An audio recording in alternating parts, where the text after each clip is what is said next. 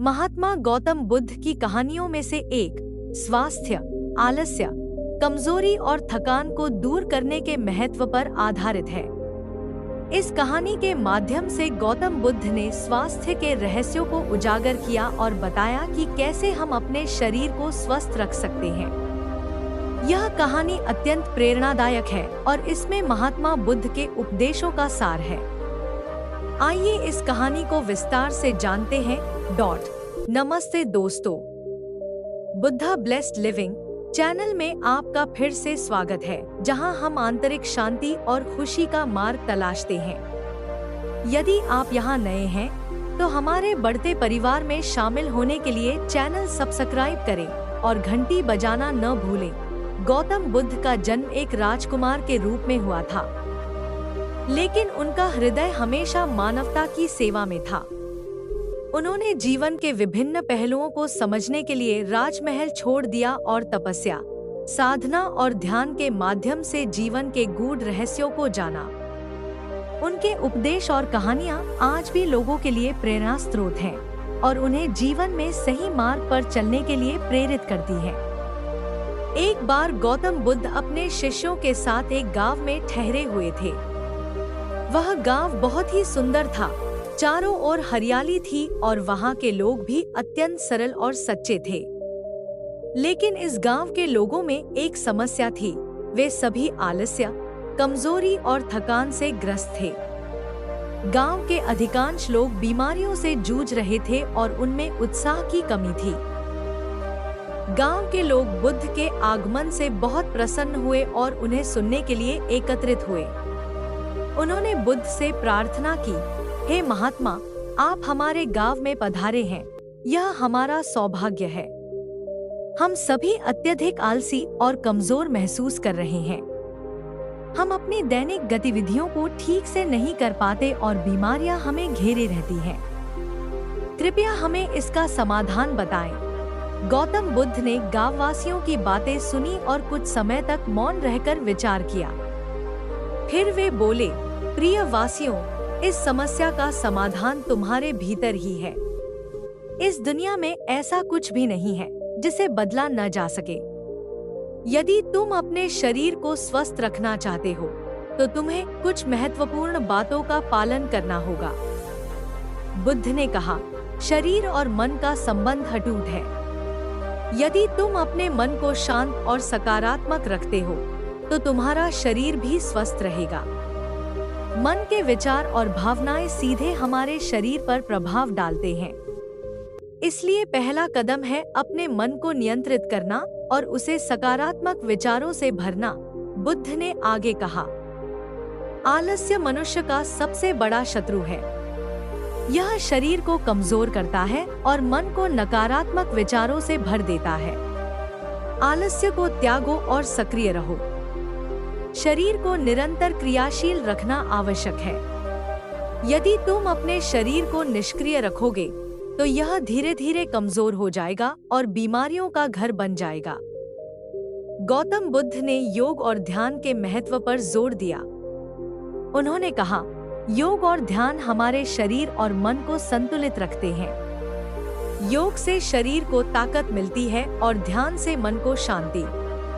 हर दिन कुछ समय के लिए योग और ध्यान करो। इससे न केवल तुम्हारी शारीरिक शक्ति बढ़ेगी बल्कि मानसिक शांति भी प्राप्त होगी। बुद्ध ने कहा, तुम्हारा आहार भी तुम्हारे स्वास्थ्य पर बड़ा प्रभाव डालता है। संतुलित आहार लो जिसमें सभी पोषक तत्व हों। अत्यधिक तैलीय और मसालेदार भोजन से बचो। ताजे फल, सब्जियां, अनाज और दालें तुम्हारे आहार का मुख्य हिस्सा होनी चाहिए। जल का सेवन भरपूर मात्रा में करो। यह शरीर को शुद्ध और स्वस्थ रखता है। गौतम बुद्ध ने बताया कि अपराध और क्रोध से मन अशांत होता है और इसका सीधा प्रभाव शरीर पर पड़ता है। उन्होंने कहा, अपने मन से अपराध, क्रोध, ईर्ष्या और घृणा जैसी नकारात्मक भावनाओं को निकालो।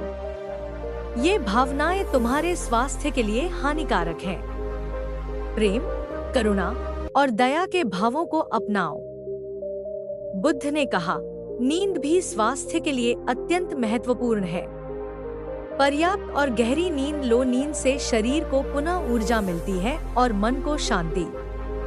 देर रात तक जागने और अनियमित समय पर सोने से शरीर की प्राकृतिक लय बिगड़ जाती है, जिससे स्वास्थ्य पर बुरा प्रभाव पड़ता है।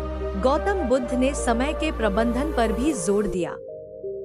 उन्होंने कहा, समय की महत्ता को समझो, अपने दिनचर्या को सही ढंग से प्रबंधित करो, समय पर उठो, समय पर भोजन करो और समय पर सो।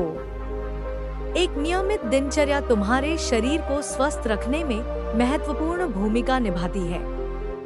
गौतम बुद्ध ने शारीरिक श्रम के महत्व पर भी प्रकाश डाला। उन्होंने कहा, शारीरिक श्रम से शरीर को मजबूती मिलती है और आलस्य दूर होता है।